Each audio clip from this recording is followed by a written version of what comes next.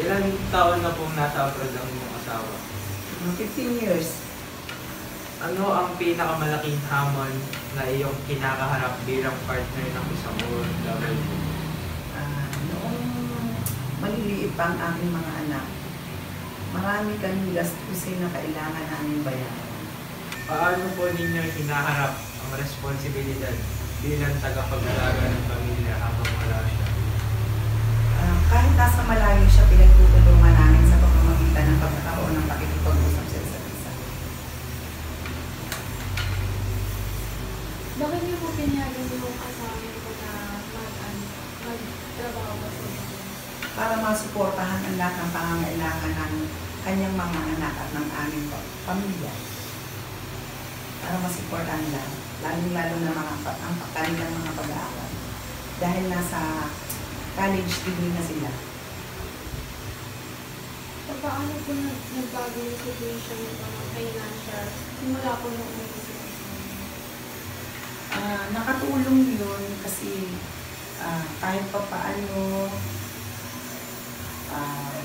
nasusuportahan ang mga pangangailangan ng kanyang mga anak, ng aming anak.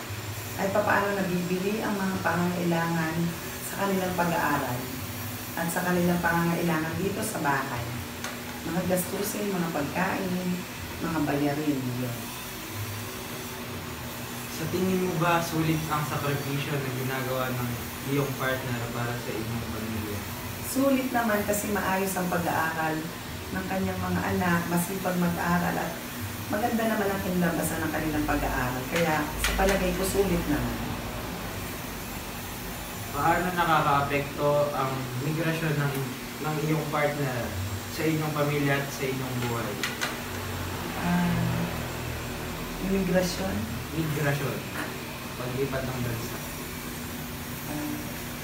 Hindi lang sa aming pamilya nakakatulong, kundi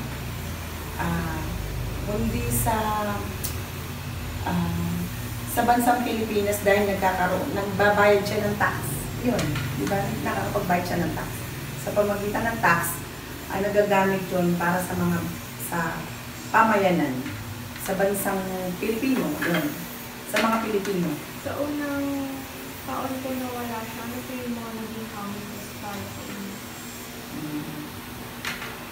Siyempre medyo malungkot kasi ako lang yung tumitingin sa mga bata, ako lang nag-aalaga, siyempre ako namumroblema kapag kakailangan ng financial. Siyempre kulang yun kasi magbabayad muna kami ng utang. Malungkot, siyempre.